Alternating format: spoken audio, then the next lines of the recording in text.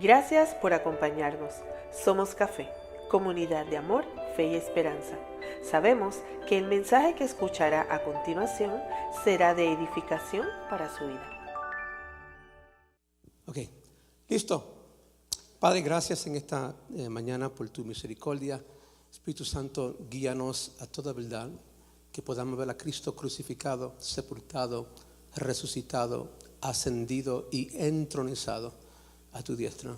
Señor, que tu evangelio, la verdad de lo que tú hiciste con Cristo en esa cruz y su ascensión, que estas verdades sigan transformándonos a tu imagen y que podamos traerte honra y gloria en manifestando estas verdades al mundo en la manera que vivimos. Que cada palabra, cada gesto que hagamos en la vida te traiga honra y te traiga gloria en el nombre de Jesús. Amén. Hermanos, vamos a seguirle ahora en la segunda parte. Se me ha dado la responsabilidad de hablar sobre de miembros a influyentes, y cómo liderar personas a niveles de compromiso, lo que yo entendí con ese título que me dieron. Y vamos a leer una parte bien larga. Hoy vamos a leer ahora más Biblia que le hemos leído toda la semana. Vamos a San Juan capítulo 6. Un chiste, hermano, ok, tranquilo. Ajá. San Juan capítulo 6. Uno de los problemas que tenemos a veces en el Evangelio es que leemos la Biblia en porción y sacamos el texto fuera de contexto. Pero la Biblia son libros. La palabra Biblia significa una composición de libros. Y cada libro o una carta no fue dada para ser leída en una porción nomás. No estoy diciendo que no se debe leer, o sea, no hay que tener devociones. Pero cuando no leemos la Biblia en el contexto que fue escrito, sacamos partes del contexto y hacemos un pretexto. Y cambiamos todo el fluir y el contenido de lo que el autor estaba diciendo.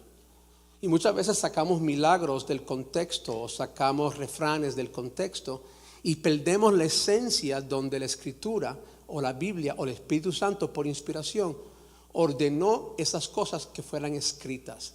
San Juan habla de Cristo como glorificado, como Dios encarnado, y hay 7 discursos, hay 7 milagros, ¿ok? Y lo importante es que el libro fue escrito en Juan capítulo 20 para que a través de lo que está escrito podamos creer que Jesucristo es el único Hijo de Dios y que creyendo en su nombre tengamos vida eterna. Entonces, el autor del libro nos lleva por un fluir, no es un contenido de todo lo que Cristo hizo y dijo. La Biblia, los evangelios no es una composición de todo lo que él hizo en 3 años y medio. Juan mismo dijo, si todo lo que él hizo se hubiera escrito, no hay libros en el mundo para contener todo. Y él dijo más de lo que él hizo. Estamos hasta ahí.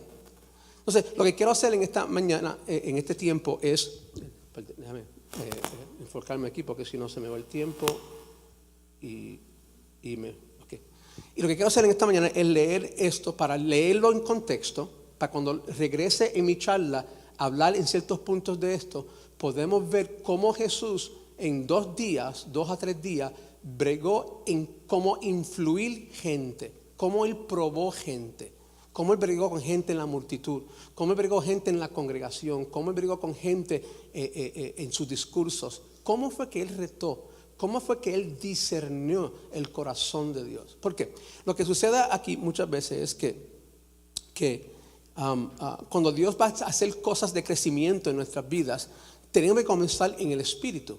¿Qué significa en el Espíritu? ¿Siento el Espíritu? No, tenemos que entender qué es los depósitos de Dios, el don, la pasión, las habilidades naturales, temperamento, experiencia. Tenemos que saber este diseño o perfil individual que Dios le ha dado a cada persona. Muchas veces relaciones o son nacidos en el Espíritu o Dios divina, lo que Dios une que nadie separe, como en un matrimonio. Dios trae un cónyuge, trae una persona a tu vida. Dios trae gente a tu vida para desarrollarte y servirte en diferentes capacidades. Alguna gente son para una temporada, algunos son para solamente una temporada, algunos son para el resto de tu vida.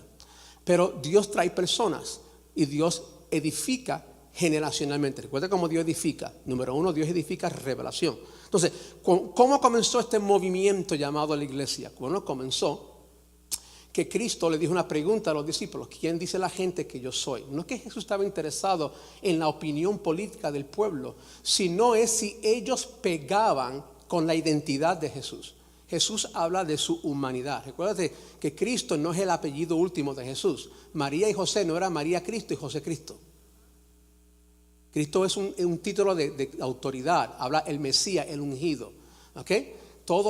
El profeta, el sacerdote y el profeta, sacerdote y el rey eran ungidos, eran un Cristo, pero no eran el Cristo.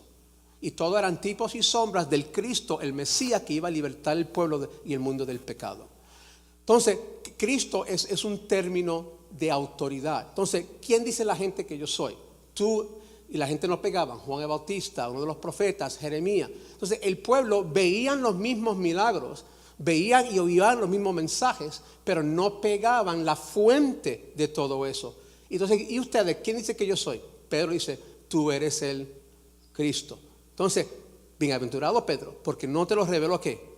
Carne ni sangre, sino mi Padre. Entonces, y sobre esta roca edificaré mi iglesia. El primer concepto en el reino es que la iglesia y este movimiento establece o comienza en teniendo una iluminación de la persona y la obra de Cristo, una revelación, una iluminación. Ahí comienza todo esto. Por eso es que en una iglesia hay diferentes etapas donde las personas están en diferentes niveles de entendimiento, porque mucha gente está adorando un rubio de Galilea que no era rubio. Eso es una imagen histórico, que cada edad, si tú tomas una historia de todos los icons, de todas las figuras a través de los siglos, que esa generación pintó de Jesús, tú vas a ver a Cristo rubio, un Cristo con pelo largo, un Cristo moreno, un Cristo con un afro.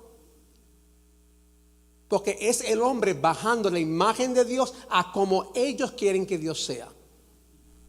Pero no es la revelación de Cristo en cómo es iluminada por el Padre. Tú eres el Cristo, el Hijo de Dios viviente. Bienaventurado Pedro, porque no te lo reveló carne y sangre. Y sobre esta roca voy a comenzar a edificar algo llamado mi iglesia. Los apóstoles no entendían que era una iglesia en ese momento. No estaban pensando en esto que tú ves. Y esto no es una iglesia. Esto no era lo que Cristo estaba hablando. El edificio.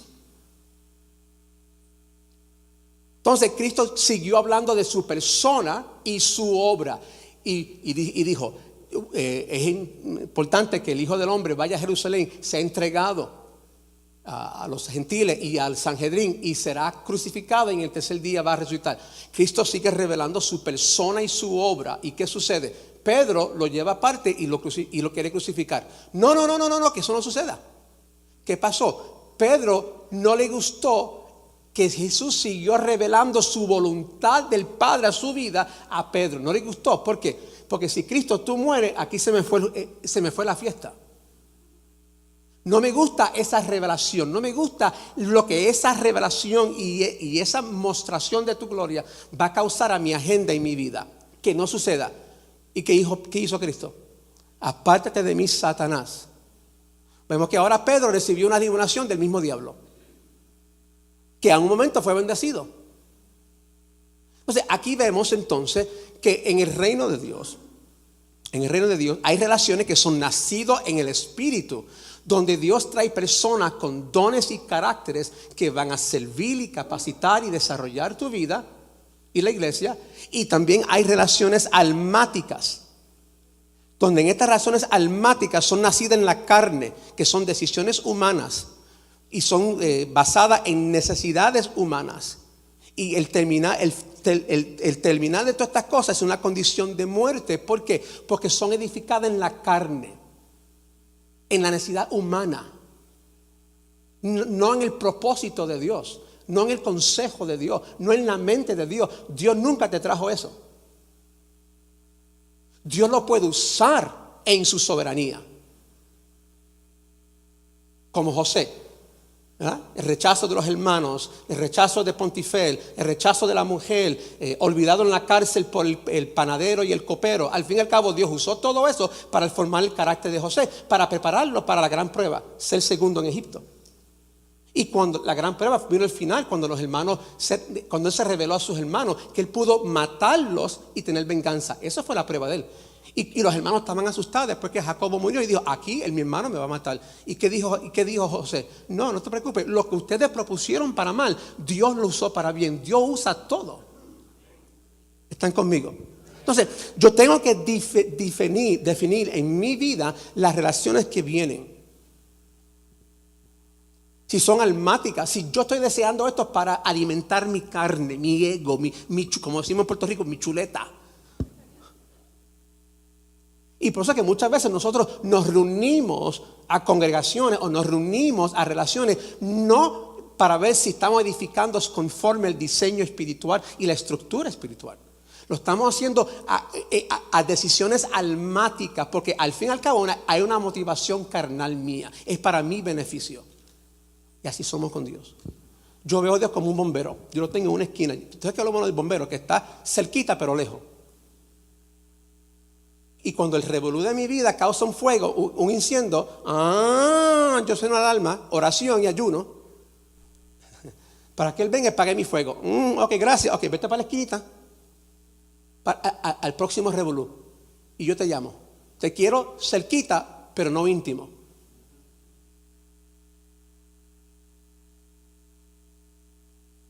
Ok. ¿Estamos o no estamos? Me están mirando con ojos de pescado. Entonces significa ojos de pescado, ¿verdad que sí? Ok, entonces, mire Juan 6. Vamos a leer esto y entramos a este diálogo. Juan 6.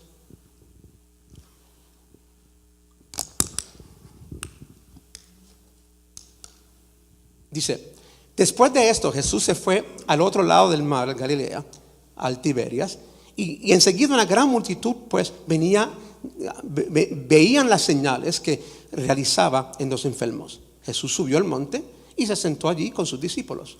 Y él estaba cerca de la Pascua, la fiesta de los judíos. Entonces Jesús, alzando los ojos y viendo que una gran multitud venía hacia él, le dijo a Felipe, ¿de dónde compraremos pan para que coman estos? Pero decía esto para probarlo, porque él sabía lo que iba a hacer. Felipe le respondió, 200 denarios de pan no le bastarán para que cada uno reciba un pedazo. Uno de sus discípulos, Andrés, hermano de Simón de Pedro, dijo a Jesús, ¿qué hay? Aquí hay un muchacho que tiene 5 panes de cebada y 2 pescados, pero ¿qué es esto para tantos? Jesús dijo, haced que la gente se recueste. Y había mucha hierba en aquel lugar, así que los hombres se recostaron, en número de unos 5,000. No contando mujeres y niños, fácilmente habían 15,000 a 20,000 personas ahí. Entonces Jesús tomó los panes y habiendo dado gracias, los repartió a los que estaban recostados. A lo mismo hizo con los pescados, dándole todo lo que querían. Cuando se saciaron, le dijo a sus discípulos, recoged los pedazos que sobran para que no pierda nada, no se pierda. Los recogieron pues y llenaron 12 cestas con los pedazos de los 5 panes de la cebada y sobraron lo que habían comido. La gente entonces al ver la señal que Jesús había hecho, decía, verdaderamente, este es el profeta que había de venir al mundo. Por lo que Jesús, dándose cuenta que le iban a venir a llevárselo por la fuerza para hacerlo rey, en otras palabras, los van a hacer rey de Israel, le van a dar trono sin cruz, le van a dar elogio sin él morir. Y Cristo sabe que no puede haber glorificación si no hay una muerte primero. Entonces ellos están imponiendo sobre Jesús algo que no es la voluntad de él ni del Padre. Al atardecer sus discípulos descendieron al mar y subieron en una barca. Se dirigirían al otro lado del mar, hacia Capernaum. Y ya había oscurecido y Jesús todavía no había venido a ellos. Y el mar estaba agitado porque soplaba un fuerte viento. Cuando había remado unos 25 o 30 estadios, vieron a Jesús caminando sobre el mar y acercándose a la barca y se asustaron. Pero él les dijo, soy yo, no temáis. Entonces ellos querían recibirlo en la barca y inmediatamente la barca llegó a la tierra donde iba. Un powerboat, ¿eh? Okay. 22. Al día siguiente, la multitud que había quedado en el otro lado, los que estaban llenitos el día antes, la comida ya se fue y ahora tenían hambre. Y en su deseo almático ahora es, donde está Jesús, está la bendición. ¿No suena como en la iglesia los miembros los domingos?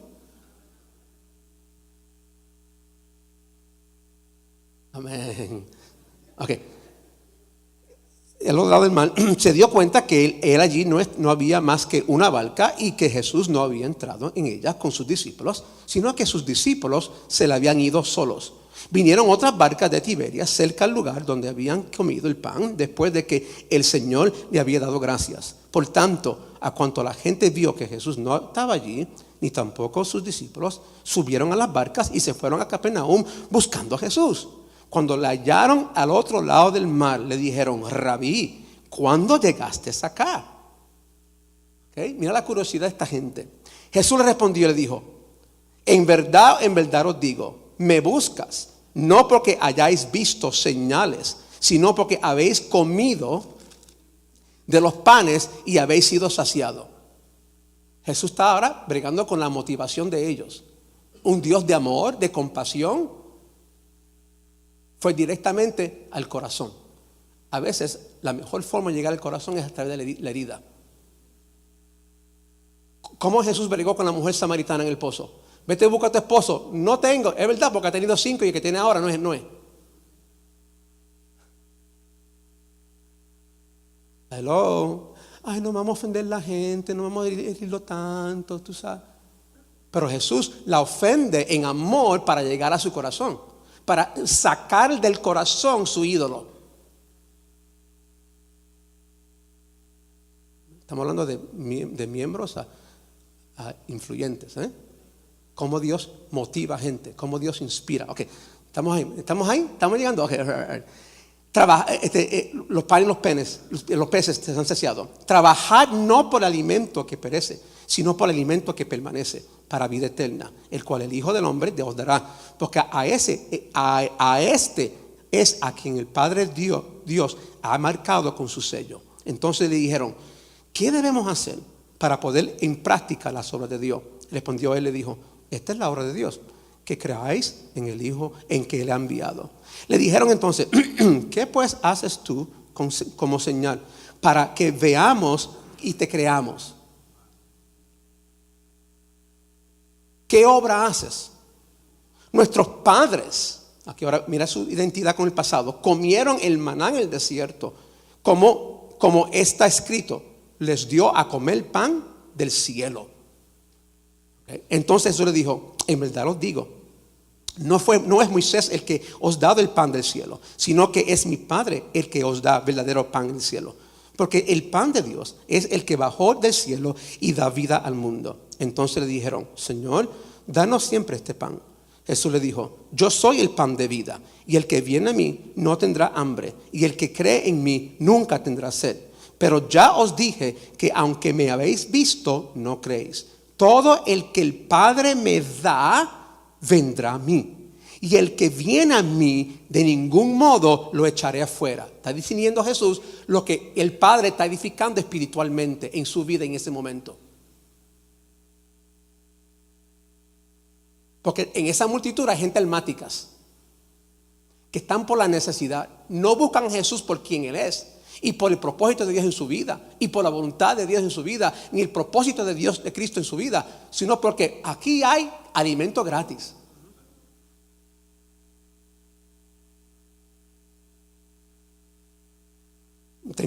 Porque he descendido del cielo no para hacer mi voluntad, sino la voluntad de que me envió.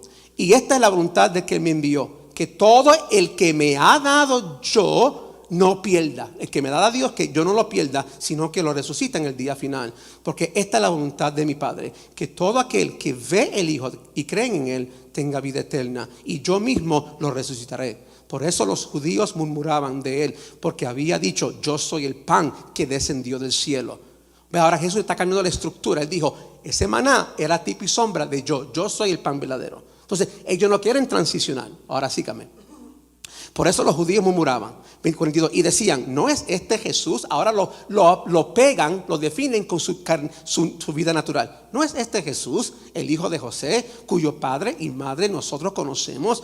¿Cómo es que ahora dice que ha descendido del cielo? Respondió Jesús y le dijo, no murmuréis entre vosotros. Nadie puede venir a mí si no lo trae el Padre que me envió, y yo lo resucitaré en el día final. Entonces Jesús ahora está probando en esa multitud con esta enseñanza y confrontación. Está definiendo ahora quién son los que el Padre trajo y cuáles son los que la gente o la carnalidad trajo, almático.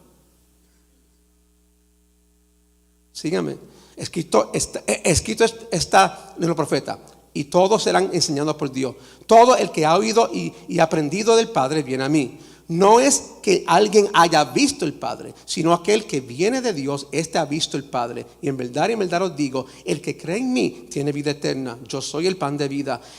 Vuestros padres comieron el maná en el desierto y murieron. Este es el pan que desciende del cielo para que él coma de él y no muera. Yo soy el pan que descendió del cielo. Si alguno come de este pan, vivirá para siempre. Y el pan que yo también daré por la vida del mundo es mi carne. Los judíos entonces contendían entre sí diciendo, ¿cómo puede darnos a comer su carne? Entonces Jesús les dijo, en verdad os digo, si no comes la carne del Hijo del Hombre y bebes su sangre, no tendráis vida eterna. El que come mi carne y bebe mi sangre tiene vida eterna, y yo lo resucitaré en el día final. Porque mi carne es verdadera comida y mi sangre es verdadera bebida. El que come mi carne y bebe mi sangre permanece en mí y yo en él. Como el Padre que me envió, yo vivo por el Padre. Así mismo el que me come, él también vivirá por mí. Está diciendo que ellos tienen que identificar con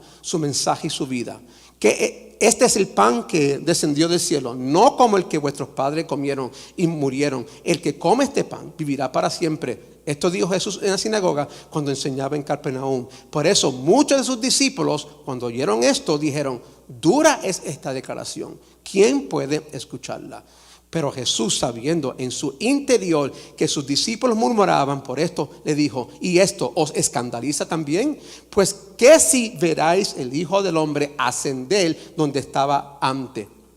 El Espíritu es el que da vida, la carne para nada aprovecha. Las palabras que yo he hablado son espíritu y son vida.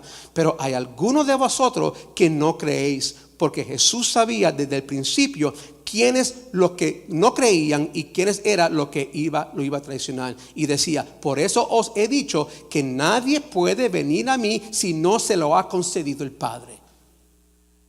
Como resultado de esto, muchos de sus discípulos se apartaron, se fueron de la congregación de Jesús. Yo no me siento mal cuando se me van los miembros. ¿Ok?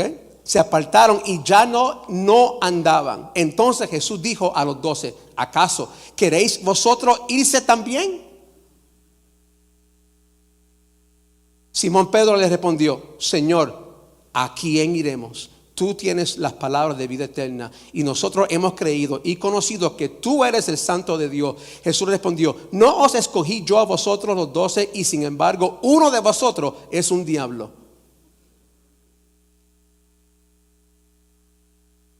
Bienvenido al liderazgo. Y él se refería a Judas, hijo de Simón Iscariote, porque uno de los 12 lo iba a entregar. Entonces, en este proceso de transiciones y en este proceso de cambios, hay que saber cómo manejar, porque en transiciones, escúchame, vendrán plagas, vienen plagas. Dios va a usar plagas, Dios envía plagas a la iglesia para romper sistemas viejos, estructuras viejos, para transicionarnos a crear en su espíritu estructuras nuevas. Ahí está la plaga de confusión. La gente dice, pero yo no entiendo esto. A mí me gustaba cuando el culto era encendido, cuando no había fin a la hora. No sabíamos a qué hora comenzamos y no sabíamos a qué hora terminaba, pero se movía el espíritu.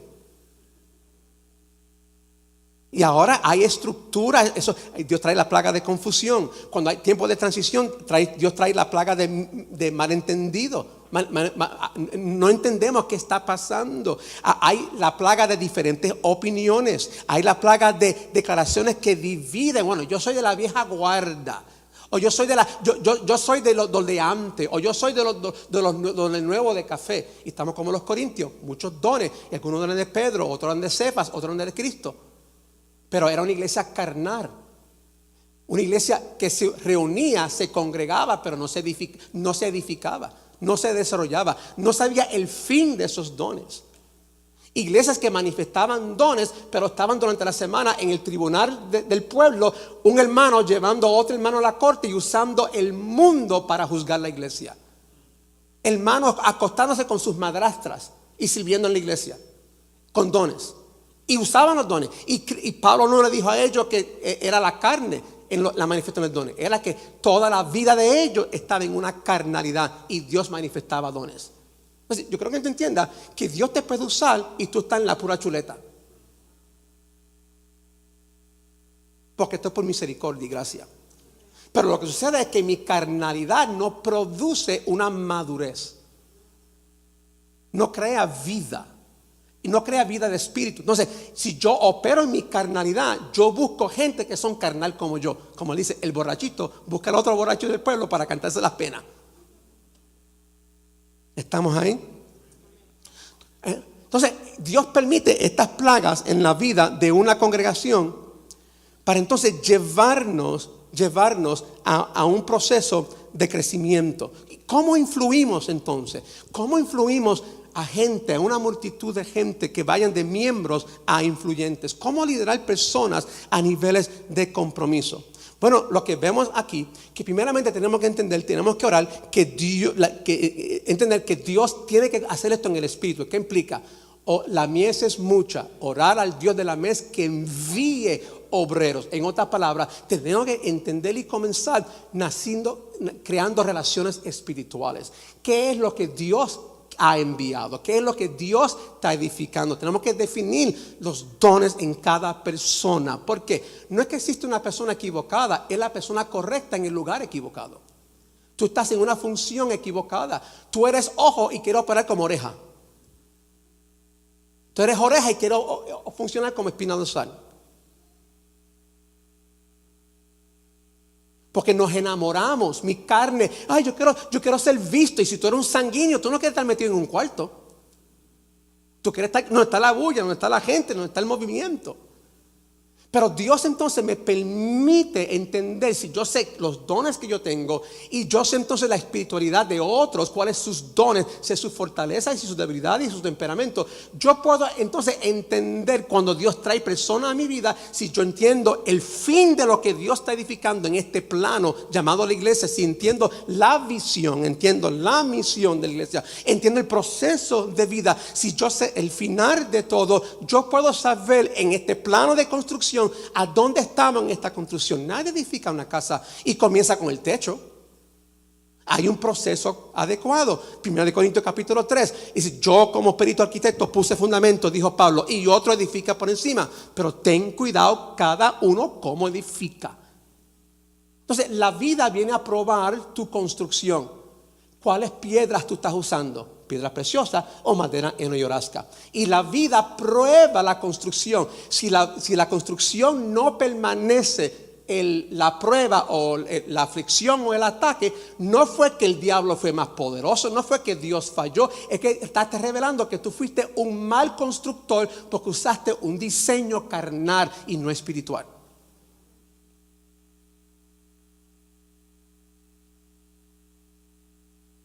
¿No dijo Jesús los dos fundamentos?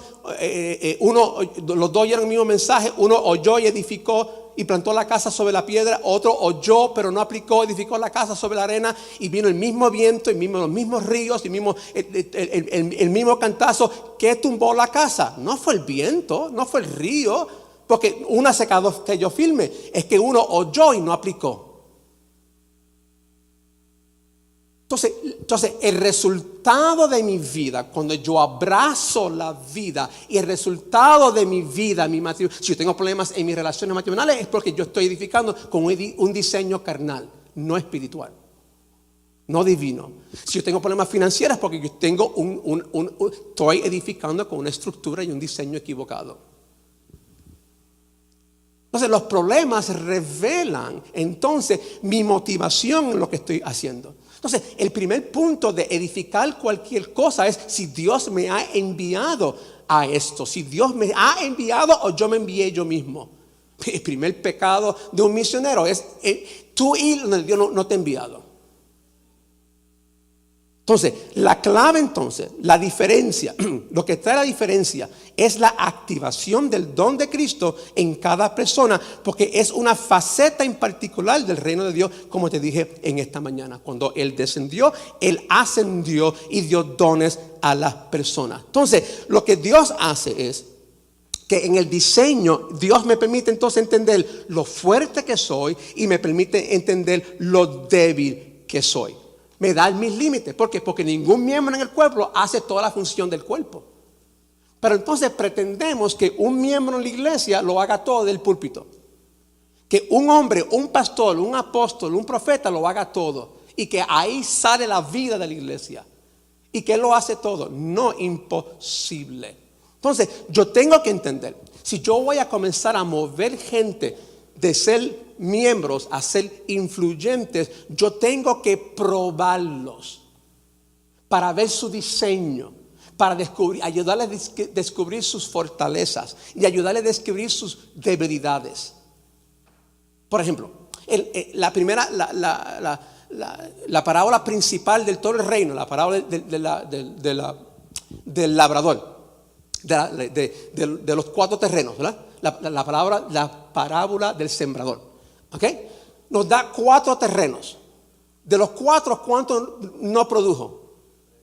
3. Que me deja saber como expositor que 75% de mi audiencia no va a producir.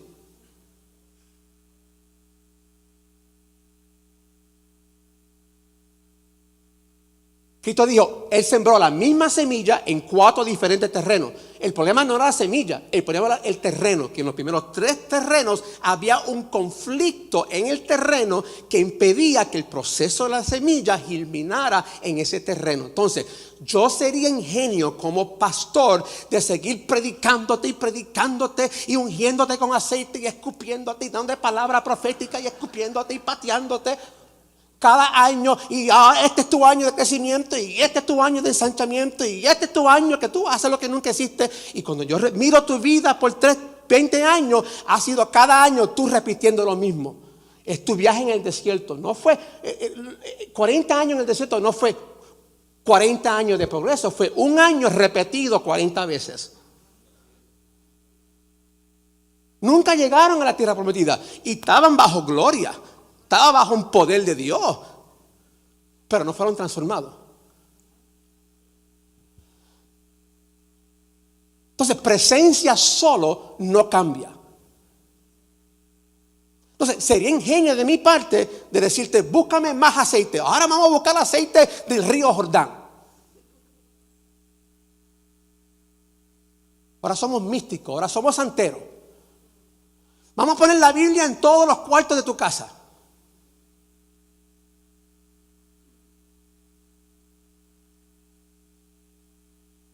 Y vamos a hacer una danza profética. Le vamos a darle 7 vueltas como Jericó. Porque eso es el sistema de derribar las fortalezas. Pero eso es lo que pasó una vez en la Biblia y nunca se hizo otra vez. Entonces no es un patrón para hacer las cosas. Eso fue para Josué en ese momento, en esa ciudad, no más. Pero ahora yo voy a imponer mi diseño y mi forma de hacer las cosas. Porque yo busco en la Biblia algo que me gusta, y como Aladino, ¡puf!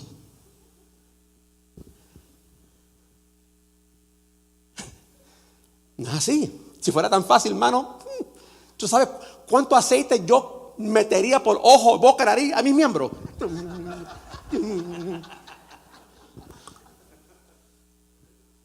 ¡Pah! Recibe. De una manera vas a recibir. No. Ingenio de mi parte de seguir dándote semillas sabiendo que eso es tierra dura, eso es tierra con espinos, eso es tierra con pedregales. No, antes que te siga plantando semillas y yo gastando mi tiempo y mi vida en un terreno que no va a producir, vamos a ayudarte a ver si quieres sacar y definir los obstáculos.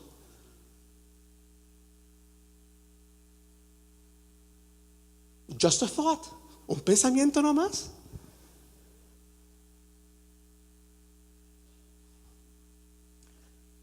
No, yo no quiero abrir mi corazón. Sí, pero espérate, yo soy tu pastor y yo soy supuesto presentar tu alma al Señor y dar cuenta por tu alma, pero tú no quieres darme acceso a tu corazón. ¿Cuál es tu tesoro entonces? Porque donde está tu tesoro, ahí está tu corazón. Pero entonces, si no me das acceso a tu corazón, yo voy a buscar tu tesoro y voy a atacar tu tesoro. Mujer samaritana, busca a tu esposo. ¿Ves lo que Jesús hizo? Entonces, el cuarto terreno no había nada. Y ahí produjo 30, 60 y 100 por uno. Entonces, yo no puedo ser ingenio y esperar los líderes que todos produzcan igual. Porque no todos tienen la misma capacidad. Algunos tienen un talento, otros 2 talentos, otros 5 talentos. Yo entonces tengo que definir el terreno, el corazón, qué Dios ha depositado y qué el hombre ha depositado ahí en su carnalidad.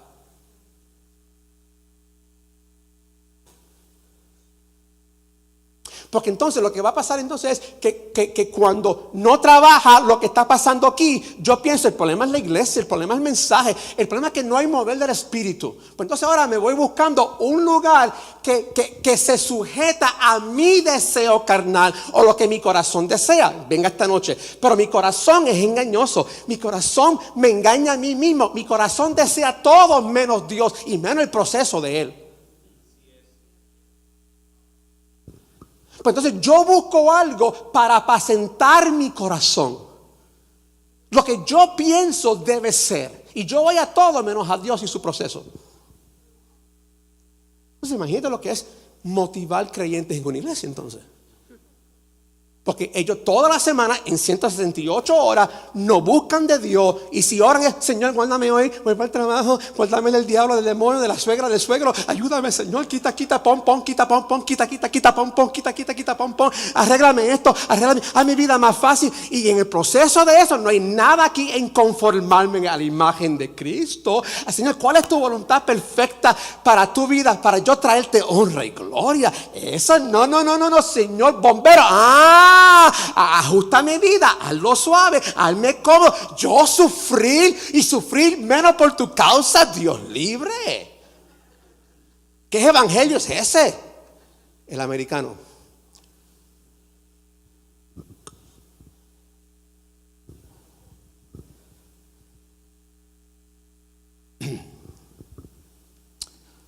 ¿Ok?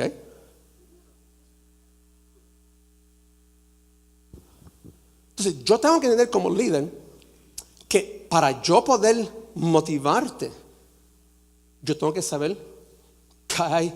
What is in this Pandora box? ¿Qué hay en esta caja? ¿Qué hay en esta caja? Bueno y malo. Y no solamente yo saber, pero que tú aceptes en ver.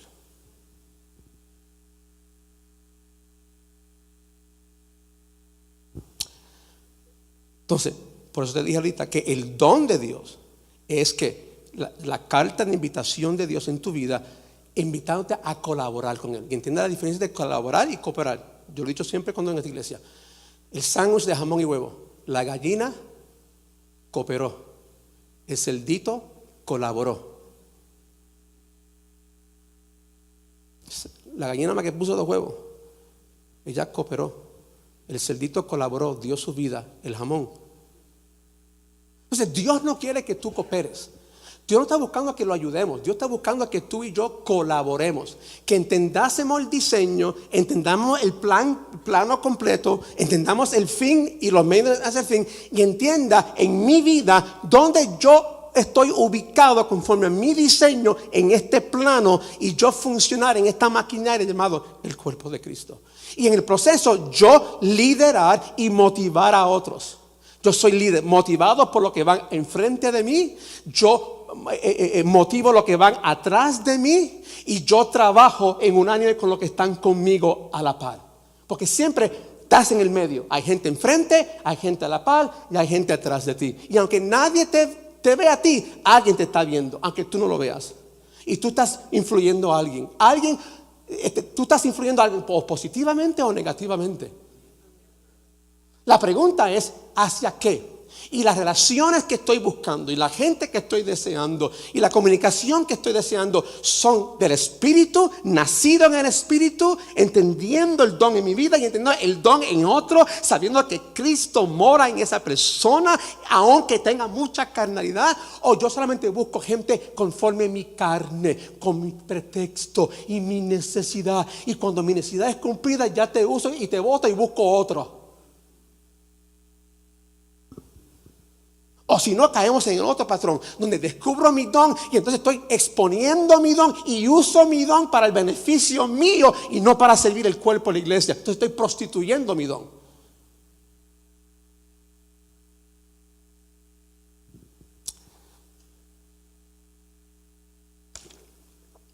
Entonces, ¿cómo Jesús entonces bregó en esta mezcla? En el primer siglo, cuando habían gente que el Padre le envió y había gente que el Padre no le envió, pero lo buscaban y le consumían el tiempo.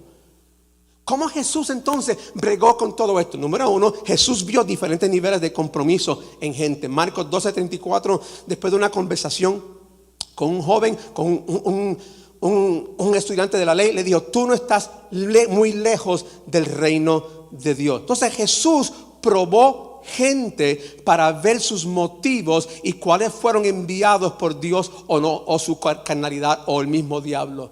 Entonces, ¿por qué es importante probar? ¿Por qué en la Marines, en the Navy SEALs, por qué ponen gente bajo un proceso tan arduo? Porque lo ponen en un proceso para ayudar a definir en esa multitud, en ese rango, la gente que son muy débil y no pueden cambiar y no quieren cambiar. Y definir entonces lo que sí están dispuestos a cambiar y liderar bajo las circunstancias más adversas. Ahí Dios forma líderes. Pero ¿qué sucede? A nosotros no entendemos adversidad porque vivimos en una tierra de suma prosperidad. ¿Qué es adversidad por nosotros? Está un poquito muy frío. Hay tráfico en la autopista.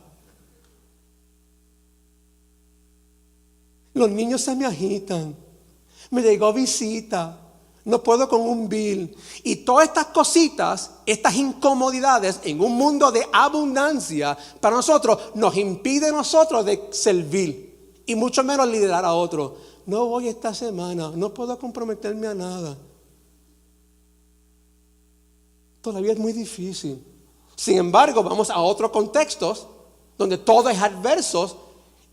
Y la iglesia siempre en historia ha producido bajo prueba, dificultad y ataque. Es más, trabaja mejor ahí.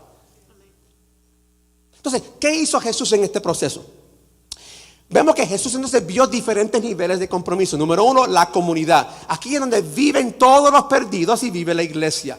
Esta es la comunidad, el primer ciclo grande, la comunidad. Luego él vio y le bregó con la multitud. Esto es lo que llegan en el domingo a una congregación, que viene la gente salva y la gente no salva. Eso es la multitud. Luego está la congregación. Estos son los miembros, el próximo círculo más para abajo, estos son los miembros activos de una iglesia que están y no están, están cumpliendo con un culto, diezman y ofrenda, y su compromiso no va más allá de un servicio. Entonces están los comprometidos. Próximo ciclo más pequeño. Estos son los serios y piadosos, pero no están todavía activados. Están en un discipulado, pero todavía no están activados en un servicio porque están en ese proceso. Entonces está el núcleo, el grupo más pequeño, con el compromiso más grande. Los que ministran a otros y corren todo en la iglesia. Aquí ocurre el ministerio. Entonces tenemos la comunidad, tenemos la multitud, tenemos la congregación, tenemos entonces los comprometidos y tenemos entonces el núcleo. ¿Qué tú haces con la gente en este proceso? Hay que crear un proceso donde la gente va de un nivel de compromiso a otro nivel de compromiso, a otro nivel de compromiso, hasta que llegan al núcleo. Cuando son procesados ahí, tú envías ese núcleo ¿a dónde? A la comunidad. Entonces Jesús probó gente en estos diferentes niveles en su vida. Y tenemos que tú y yo ser probados para ir ver hasta dónde vamos a crecer. ¿Por qué? La gente paran de crecer cuando piensan que el precio es muy alto. Mira cómo Jesús entonces primeramente probó a los discípulos. Ahí en Juan 6 los probó con la multiplicación de pan y peces. Él sabía lo que iba a hacer, pero los probó. En otras palabras, Jesús los envuelve en preocupaciones que no naturalmente tenemos. Los discípulos no le importaban ese día ni un comino, que habían más de 5,000 personas ahí. No le importaba sus necesidades, sus problemas ni dificultades. Los discípulos estaban contentos. Estoy con Cristo y con Él miré. Pero Jesús ve que viene una multitud. Hay necesidad, hay multitud. Hay gente ahí que Dios, el Padre me ha dado. Hay gente ahí que el Padre no me ha dado. Les voy a dar todo de comer, suplir su necesidad almática, pero no voy a edificar reino con ellos. Sabiendo lo que iba a hacer, los probó. ¿A dónde vamos a sacar el pan para alimentar a toda esta gente? Entonces, lo está envolviendo en preocupaciones que no naturalmente tenemos. Dios nos trae a cosas que no anticipamos o esperamos para envolvernos. Nos trae a cosas que no son nuestra responsabilidad o asunto de cuidado. Algunos no están interesados porque no le importan, a otros no lo ven. Por eso que a veces estamos tan envueltos en uno mismo que el domingo pienso que todo esto solamente es para bendecirme a mí. Señor, bendíceme. Ok, y me voy. Eso es consumir.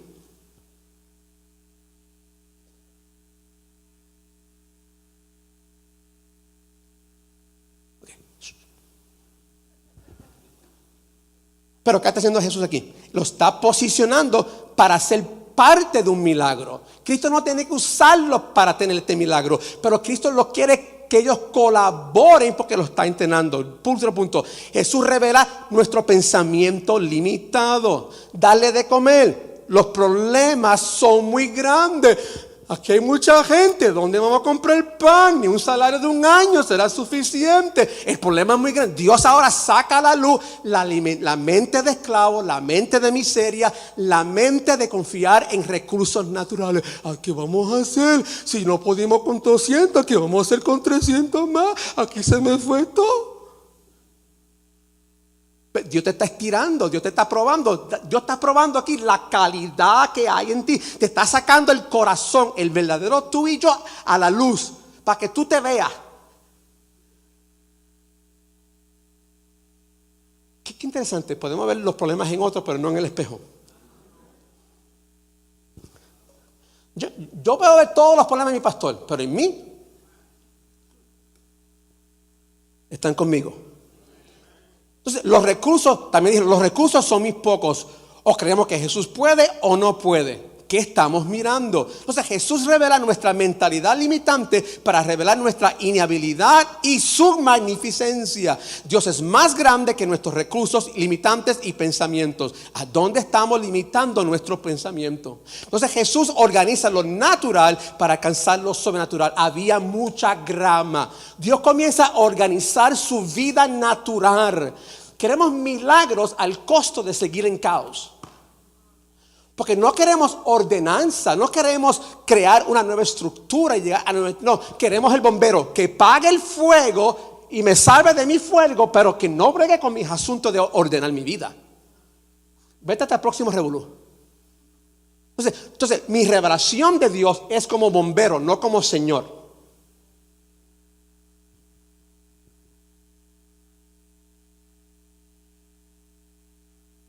Entonces, Él trae disciplina y alineamiento que necesitamos que Dios arregle mi vida para entonces alinearme para cosas más grandes. Entonces, si ellos no pueden con estos 5,000 ahora, ¿qué va a pasar cuando Jesús se vaya? Si nos estamos frustrando en tierra de abundancia, como yo le digo a Jeremías, si te cansaste con aquellos que están corriendo de pie, ¿qué va a pasar cuando te pongas junto a gente que corre de caballo?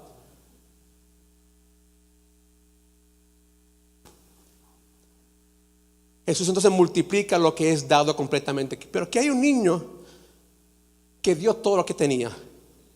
Él se dio completamente. Eso era su loncherita, era su merienda. No podemos dar las medias o parcialmente y esperar un milagro o que Dios nos use. Tiene que ser todo nuestro corazón. Como no queremos rendirnos completamente, nos damos a medias buscando atajos para dar chispos y justificar por qué no dar. No podemos esperar que Dios nos use si siempre estamos boqueteando a Dios. Estamos reteniendo nuestras vidas, recursos y corazones y al mismo tiempo quejándonos. Tenemos que entonces darnos completamente, porque tú sabes lo que es darle a un niño un juguete y un dulce y entonces quitárselo. Pero este niño se lo da a Jesús. Y Jesús usa lo poco, lo multiplica. Ahora, esto no es Biblia, esto es mi opinión. Esto no es Biblia, ¿ok? Ni es revelación, esto es mi opinión. ¿Qué quiso Dios con esas 12 cestas? Yo estoy seguro que por lo menos le dio una cesta a ese niño, porque Dios le multiplicó lo poco que él dio, él lo dio todo. La provisión de Dios siempre excede la necesidad inicial. Ellos querían saciar su hambre y fueron hartidos con 12 cestas sobrantes. ¿Será nuestra devoción y servicio a Cristo a través de este cuerpo? ¿Será Dios encarnándose en mí? ¿Qué merienda tienes tú para dar, para saciar a otros? Y nuestra iglesia, ¿qué es lo que Dios quiere multiplicar? Nosotros vemos aquí como Jesús ahora probó discípulos en ese proceso donde vino una oportunidad, una bendición inmediata y Jesús bregó con la multitud. Los discípulos no entendieron porque si tú sigues leyendo en otra versión, en otro evangelio, cuando estaban en el mar, cuando Jesús llega al barco, dice el texto que su corazón se endureció. Ellos estaban atemorizados por el viento, atemorizados por la marea. El barco se está hundiendo. Entonces cuando Cristo camina sobre las aguas, Jesús vio que ellos estaban remando contra el viento y Cristo lo dejó sufriendo ahí porque el problema era parte del plan de Dios. Jesús no dejó que la emergencia de los discípulos cambiara la prioridad de Jesús en él orar hacia el Padre. Jesús terminó su devoción con su Padre, fue caminando hacia ellos y dice el texto que queriendo pasarles, en otra palabra, Jesús nunca quería meterse en el barco. Pero cuando vieron a Jesús caminando sobre las aguas, la manifestación de Jesús los turbó. Ahora, se olvidaron del problema y no entendían la manifestación del Espíritu en Jesús. Y dice el texto, y su corazón se endureció. Cuando Jesús entró al barco, se fue la tormenta, se fue la marea. Otra vez dice que llegaron como un barco de motor y llegaron al otro lado. Y estaban asombrados. ¿Quién rayos es este? Que hasta el viento y el mar lo obedece. Y dice el texto, y su corazón se endureció. Porque no entendió de los panes y los peces el día anterior. En otras palabras, no conectaron ayer con hoy. No aplicaron la enseñanza de ayer en esta nueva experiencia de entrenamiento como líderes. Si Dios me enseñó algo con pan y peces, esos principios tengo que ahora aplicarlo en esta experiencia en el mar. Y no lo hicieron. Y la lección que nos enseña, nos colgamos en un año escolar en la escuela. Hay que repetir la clase.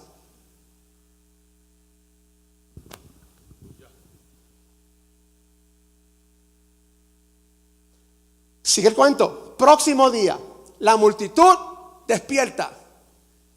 Hay hambre. ¿Y qué vamos a desayunar? Bueno, el último que nos dio gratis la comida no está. ¿Dónde lo buscamos? Entonces, su deseo no es, wow, y lo dijeron, este tiene que ser el profeta. Llegó el tiempo. ¿Qué implica esa verdad a mi vida? ¿Cómo cambia mi agenda? ¿Cómo cambia mis planes? ¿Cómo cambia mi deseo? ¿Cómo me someto a esa verdad que el Padre está revelando en Jesús? No. Allí hay bendición y donde está la bendición, ahí yo estoy. Porque es mi motivo, es mi carnalidad, es mi deseo. Uso a Jesús para yo obtener mi necesidad almática y es gratis. Pero su voluntad, servir el plan de Dios, no me interesa. Entonces cuando le encontraron, jugaron ¿cómo llegaste aquí, Jesús? Jugando el cuento de bobo. Ya voy a terminar. Y Jesús los confrontó.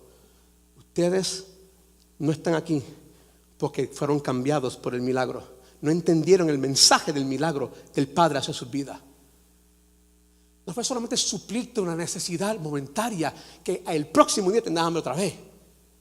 Es que tú entiendas el carácter y la revelación del Padre manifestándose a través de mi vida. El Padre se te reveló, el Padre hizo un acto de caridad, el Padre se está manifestando y tú no entiendes el fin ni los medios del fin. Y ustedes están aquí porque quieren comida gratis. Ahora, imagínense si cada domingo enfrentábamos a la multitud en los púlpitos así. Esa no es la iglesia que yo quiero. Yo quiero una iglesia que solamente se encaje a mí. Bueno, yo entiendo en la gente que no conocen a Dios hay que ser sensible porque no entienden y no. Pero estoy hablando de miembros años en la iglesia que no necesitan un culto más, que no necesitan una predicación más, ni una palabra profética más, ni que alguien le unte más aceite. ¿Cómo motivamos? ¿Cómo inspiramos a gente? Bueno, ¿qué hizo Jesús? Los confrontó. ¿Por qué tú estás aquí? ¿Por qué tú eres miembro de esta iglesia? A mí me encanta cómo ese negrito predica. No es la respuesta. Es que a mí me gusta que el café tiene una música que me agrada. Es que la iglesia es cómoda, me sirve mi horario y todo. ¿Por qué tú estás aquí? Tú no escogiste esta iglesia. Fue Dios que te trajo. Dios es el que coloca gente en una iglesia. Dios es el que te plantó en el cuerpo de Cristo. Es Dios que te plantó. Pregunto, si Dios te plantó aquí, ¿cuál es el plan y el propósito de Dios con tu vida? Y cómo tu vida contribuye al plan grande de tu vida. Pero tú llevas meses, años aquí y tú no sabes qué es la voluntad de Dios para esta iglesia y para tu vida. No puede ser, imposible. Entonces Jesús comienza a retarlos a un compromiso más grande. ¿Eres tú parte de la multitud? ¿Eres tú parte de la congregación? ¿Eres tú parte de qué tú eres parte? Y comenzó entonces a definirlos. Aquí, ustedes me siguen por lo que les di. Entonces digo, danos más evidencia. Ya yo te di evidencia. Y digo, no, pero Moisés, yo soy el. Los retó con un mensaje de compromiso. Identifícate con mi muerte y con mi resurrección. Come mi palabra. En otras palabras, de la misma manera que Jesús se identificó con nuestra humanidad y con nuestros pecados, aunque no cometió pecado, Él dice ahora, identifícate con mi vida, mi muerte, sepulcro, resurrección y ascensión, el Evangelio. Defínete, come mi comida, sigue mis pasos. En Cristo decir, no me coronen rey, ¿qué estaba diciendo? Le estaban ofreciendo el mundo sin la cruz. Y Cristo sabía, si Él se hace rey de esa manera, tú y yo seguimos en pecado, porque no es redención, sino es expiación de sangre. Entonces, cuando Cristo resucita de entre los muertos, el Padre está autorizando y diciéndole al mundo, esta es la vida que yo honro, esta es la vida que me honra a mí, esta es la vida que yo bendigo, y yo he depositado toda mi gracia en esta vida llamado Jesús. Hemos sido bendecidos con toda la vida espiritual en Cristo Jesús. Entonces tú y yo somos bautizados o definidos en ese cuerpo, que implica todo lo que Él tiene, ya lo tenemos nosotros. Pero ahora tiene que manifestarse esa vida, conformarse esa vida. Y Jesús los probó. El que no come de mi sangre y mi carne no tendrá vida eterna. Y entonces ahí Jesús comenzó a revelar el propósito y la motivación de los que estaban ahí, los que estaban por razones almáticas, con caprichos, con deseos egoístas. No estaban ahí porque amaban a Jesús, menos su plan de Él ir a la cruz y resucitar. Y Cristo entonces le dije, ¿no te dije yo que nadie puede venir a mí a menos que el Padre no lo envíe? Y Jesús definió toda esa multitud. Y se fueron discípulos que estaban meses con Él. Y entonces se quedó con los 12. ¿Y ustedes también se quieren ir?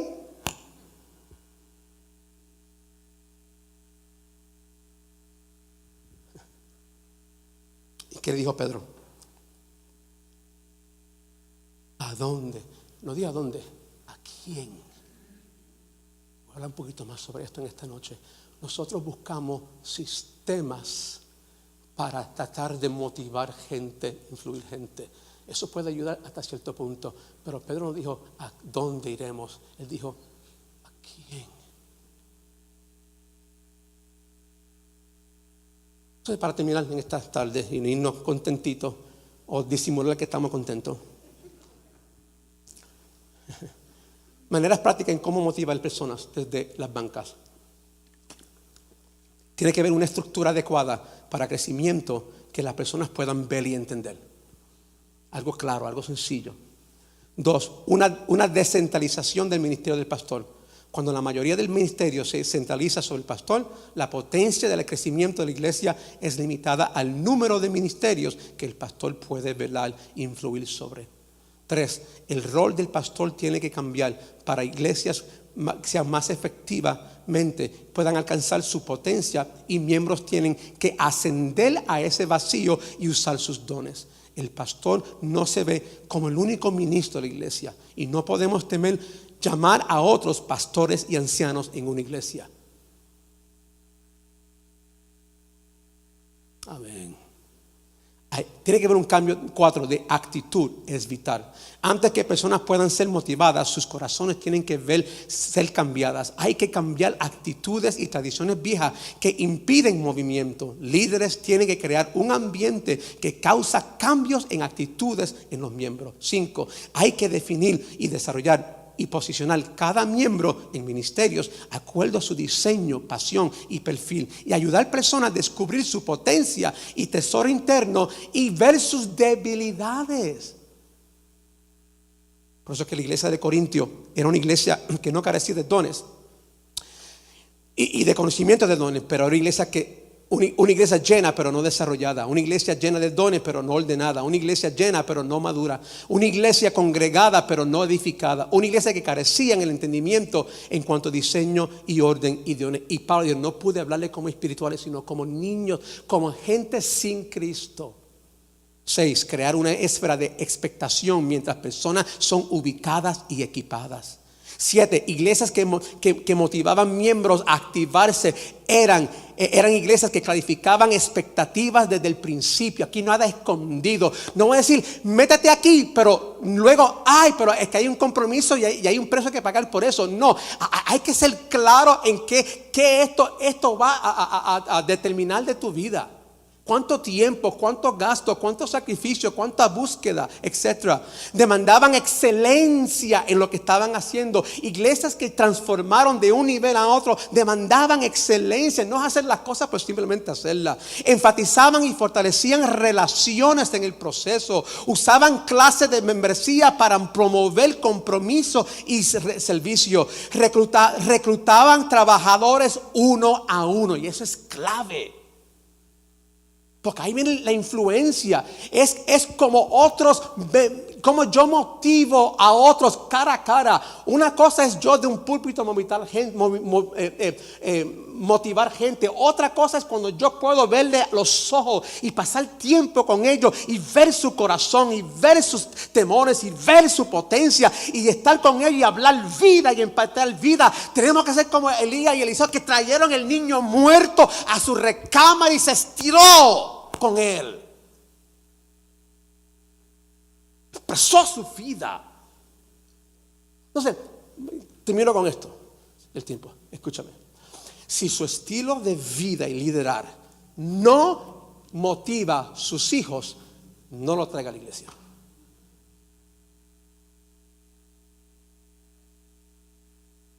Si tu vida de fe no es algo que modela y inspira a tu mujer y tus hijos, no lo traiga a la iglesia. ¿Por qué? Porque ¿cómo puede ser que tus hijos te ven 24/7 y tu vida no los motiva? ¿Cómo tú vas a traer eso aquí a gente que tú lo ves 2 horas el domingo y por si acaso si hay un culto a mitad de semana 1 hora? Come on, vamos a ser realistas. Vamos a bregar con la araña, vamos a bregar con la espina, vamos a bregar con la que está en esa tierra para removerla.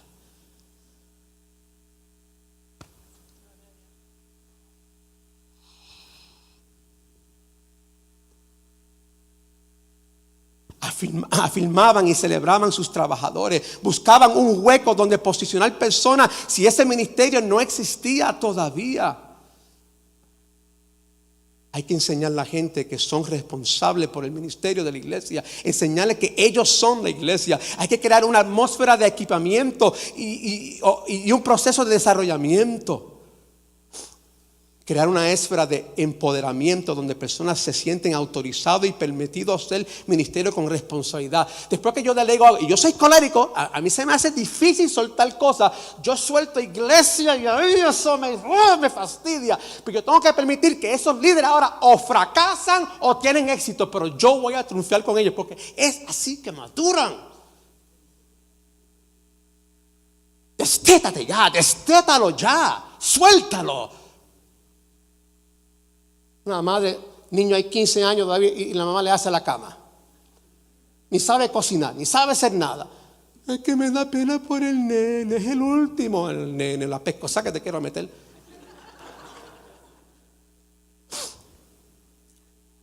Comunicación tiene que ser clara y efectiva. Comunicación clara permite progreso. En afirmar y apreciar personas, le damos a la gente confianza necesaria para ministrar efectivamente. Si vamos a movilizar miembros a ser influyentes, nosotros los que influyen a otros, primero tenemos que encarnar las verdades que enseñamos y también tenemos que apoderar a otros a poder triunfar o tener triunfo. Entonces, mi pregunta es, ¿cómo estamos influyendo actualmente? ¿Bien o mal?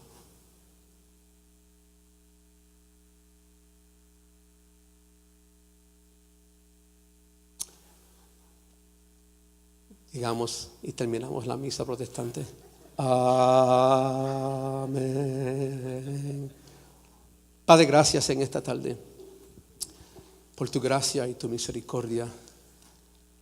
Oh Señor, si tu espíritu no impone, si tu espíritu no transforma, si tu espíritu no da el querer como el hacer, si no edificamos según el diseño que tú has predeterminado desde antes de la fundación del mundo, será el hombre cubriendo su desnudez con vestimentas de hojas, tratando de producir en la carne lo que solo tu espíritu puede producir. Espíritu Santo, ilumínanos en esta mañana. Te presentamos nuestro contexto de familia, te presentamos nuestro contexto de matrimonio, finanzas, ministerios, iglesias, nuestro entorno. Y Señor, te decimos, tú eres Señor de nuestras vidas. No eres el bombero nomás, no eres el que sana, el que justifica, el que suple el pan de vida, el buen pastor. Tú eres el Señor, dueño de todo, Dios soberano, providencial, el que quita y pone reyes, el que ha predeterminado todo desde el fin al principio. Todo fue creado por Él, para Él y hacia Él. Nuestras vidas, todo es un acto de tu voluntad perfecta, aún en los errores y pecados nuestros y desobediencias. Tú lo usas todo como José. Y te decimos, Señor, en este tiempo de transición, en este tiempo de nuevo año, en este tiempo de evaluaciones y de refrigerios, en este tiempo que hemos apartado para el primer evento de discipulado en esta iglesia en este año, para marcar horizontes, fortalecer cimientos, para establecer columnas y fortalecerlas, para traer los cambios necesarios. Espíritu Santo, pon aceite en nuestros odres, haznos flexible en cada área de nuestras vidas, que aceptemos los cambios que tu Espíritu Santo está trayendo, los vientos de cambio, que podemos posicionar nuestras velas al viento y no tratar de cambiar el viento a las velas. Que podamos, Señor, ser liderados por tu Espíritu a confrontar y discernir y evaluar cada área de nuestras vidas. Y en el momento de esta temporada, celebrar lo que tenemos. Aunque no hemos logrado lo que hemos querido. Aunque no se ha salvado todo. No se ha mantenido todo en la iglesia. No todos los grupos producieron. No todos los discípulos producieron discípulos. Aunque no producimos a la potencia máxima que podemos. Sí hubo crecimiento.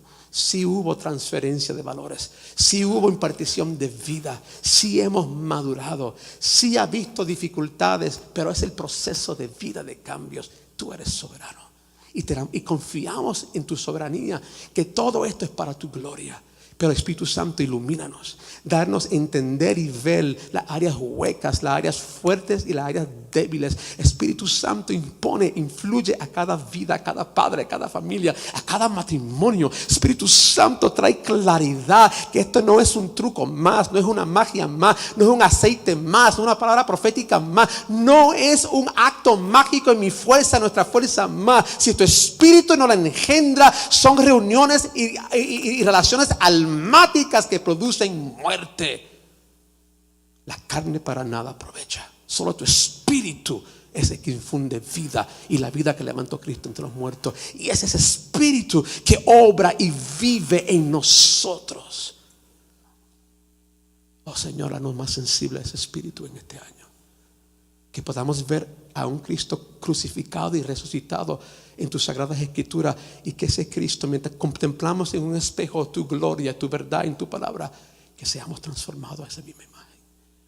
Danos paz, guíanos a toda verdad, danos sabiduría y discernimiento en el contexto de los retos que estamos viviendo en cada cultura, en cada pecado en esa cultura, en los retos sociales, en los retos de los medios, en todo lo que está pasando en media, en el contexto de cada nación representada aquí, donde tú nos has llamado a brillar. Que podamos abrazar esta temporada, no resistir los cambios, ser flexible. Bienaventurados los flexibles, porque no serán rotos. Y permítanos, Señor, en este proceso de enamorarnos más de ti y de tu bella obra llamada tu iglesia. Te lo pedimos en el nombre de Jesús. Amén. Gracias por escucharnos. Si Dios le ha hablado a través de esta palabra y siente en su corazón aceptar a Jesús como Señor y Salvador, repita esta oración conmigo. Señor Jesús, me arrepiento de mis pecados. Quiero que tú seas mi Salvador y el centro de mi vida. Enséñame a vivir conforme a tus mandamientos. Escribe mi nombre en el libro de la vida y quiero iniciar una relación real contigo. Amén. Si usted ha repetido esta oración, lo felicito. Ha tomado la mejor decisión de su vida y ahora usted y yo podemos llamarnos hijos de Dios. Esto es solo el comienzo. Si vive cerca de nuestra comunidad en Arlington, Texas, lo invitamos para que asista a nuestra iglesia y nos conozca.